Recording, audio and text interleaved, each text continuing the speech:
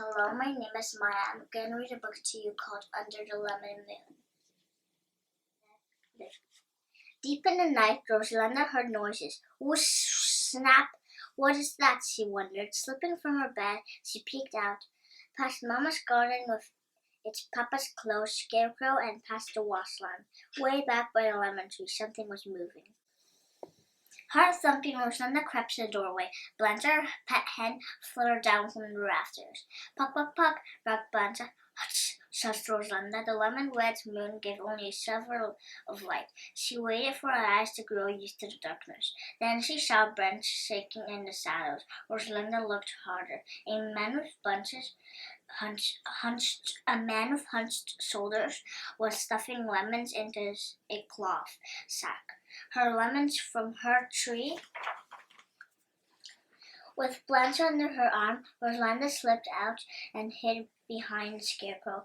Who is this night man? Why does he take my lemons? She wondered. Shriek, auk! Blanche flew to the scarecrow's head. Rosalinda wobbled its stick-stuffed arms. Aye! Cried the night man. He grabbed the sack and fled. In the morning, Rosalinda touched the stump of a broken branch. Not a single lemon was left on the whole tree. A tear slid down her cheek. My arbolito, my little tree, Rosalinda crooned a sad song. As Blanche barked along, she loved her lemon tree almost as much as she loved Blanche. Why, Blanche, why did he do this? Rosalinda asked, cluttering a bundle of twigs. Blanche's feathers drooped. By the end of the week, many leaves of the lemon tree were yellow. Some had fallen. Rosalinda's worries got bigger. First the nightman, now her tree was sick. After breakfast, Rosalinda listened to the thrum of Mama's loom. I must do something, Rosalinda told her parents. Perhaps someone we know can help, Mama suggested, smoothing Rosalinda's long hair. A neighbor, a friend, or your abuela, added Papa with a hug. He turned back to his workbench. Rosalinda sat out. My tree is sick. What should I do? Rosalinda asked her neighbor, Esmeralda. I talked to my plant, said Esmeralda, tending her lush flower garden. I did that, thought Rosalinda. Aloud she said, Gracias. She caught up with Senor Rudolph, her friend, a few words. My tree is sick. What should I do? She asked. Much water, he said, heading for the nearby Mercado, the marketplace. I did that, thought Rosalinda. She remembered the heavy bucket of water she had lugged to her tree. Aloud she said, Gracias. When Rosalinda arrived at her grandmother's house, Abuela was sitting on her porch. In the morning sun, Rosalinda settled in close to her, watching Abuela's knitting needles floss. What should I do for my tree, Abuela? It will take time for your tree to heal, Mia said. She said, I will light a candle for you. I haven't done that, thought Rosalinda. Aloud she said, Gracias, abuelita. Abuela eased the worries from Rosalinda's forehead with her warm hand. The candle will help, Rosalinda. Abuela said quietly. Perhaps it will summon La Anciana, the old one.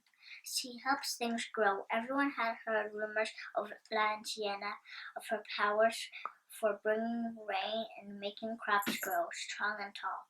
Tell me again, Abuela, said Rosalinda. For many years of full moons, Abuela began, it has been said there lives an old wise woman with gentle eyes. She walks the countryside, helping things grow. Where can I find her? asked Rosalinda. No one knows, but they say La Anciana will come when she is needed. Rosalinda thought hard. I need you. Please come, Anciana. All day, the night, Rosalinda waited, but La Anciana did not come. Be back by sundown, called Papa, as Rosalinda and Blanche left the house early. The next morning, Rosalinda waved. She walked and walked, searching. Blanche pucked at her heels. Everywhere they went, Rosalinda called, Anciana, Anciana. La Anciana did not answer. Maybe she isn't real, Rosalinda said to Blanche. Pack, clucked the hen as if she understood. As the sun slipped down the sky, Rosalinda told Blanca, "We must go home." They circled back to the mercado with its colorful stalls and bushy shoppers. Then Rosalinda stopped. "Lemons," said a sign on the last stall behind. A man, a woman rocked a baby. Their two small children played nearby with pebbles. Rosalinda knew this man with hundred shoulders who was selling lemons. He was the nightman, and the lemons were hers. Rosalinda shivered. She and Blanche ducked behind a stall, lined with bright myrrh on it. "It's the nightman, with lemons from my tree. Where are you, Anciana?" stammered Rosalinda. She stroked her quivering hand's soft feathers. "I am here," came a low, sweet voice. Rosalinda jumped before her stood a woman with silvery hair. Her wrinkles were deep, her eyes gentle. Rosalinda knew. Filled with wonder, she couldn't speak. "You have looked far for me, Rosalinda," the woman said. "Tell me." The woman listened as Rosalinda whispered her story. "To take your lemons was wrong," Lancina murmured. Perhaps he had need. From her flowering sleeve, Lancina pulled a strong branch with tiny buds. Mira, what?" said Lancina. "Recuerda, remember, the moon will be full tonight." Rosalinda listened with her heart and mind as Lancina spoke of how to heal the lemon tree. The night Rosalinda crept outside under the lemon moon. She closed her eyes. "Mira y recuerda. What's the end, remember?" Rosalinda tore an old rag into stripes. She had held Lanciana's branch against the stump of a broken branch of her lemon tree. They fit as naturally as a fat lemon fit in Rosalinda's cupid hands.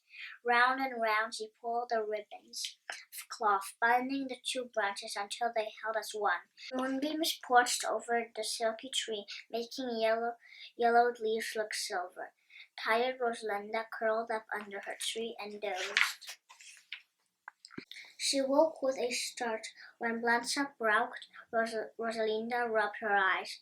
Astonished, her tree glowed golden in the night, dripping with lemons as big and round as baby moons. Arms wide, Rosalinda danced around the simmering lemon tree. Blanca followed wings as fluttered.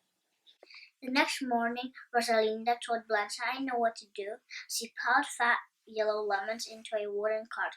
Blanca perched on the lemon pyramid. Off they went together.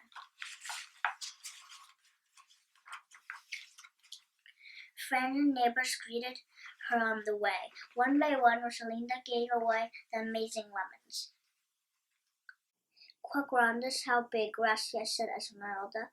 "Hermosos," said Senor Rudolph. "Lovely." "Qua jugosos." "How juicy." "Gracias," said Abuela. When Rosalinda had given away all but one of her lemons, she headed for the last stall of the mercado. Rosalinda stared at the nightman, and he stared back. Then her warm hand touched his cold, rough hand, and she gave him her last fat lemon. "Lo siento, I'm sorry." The man lowered his eyes. Rosalinda found her voice. "Siembra las semillas." "Plant the seeds," she told him. "Do it tonight, while the moon is still full." The man was quiet. He tilted his head toward his family with their warm cloths and hungry faces. "For you and for them," said Rosalinda. I will do as you tell me," he said.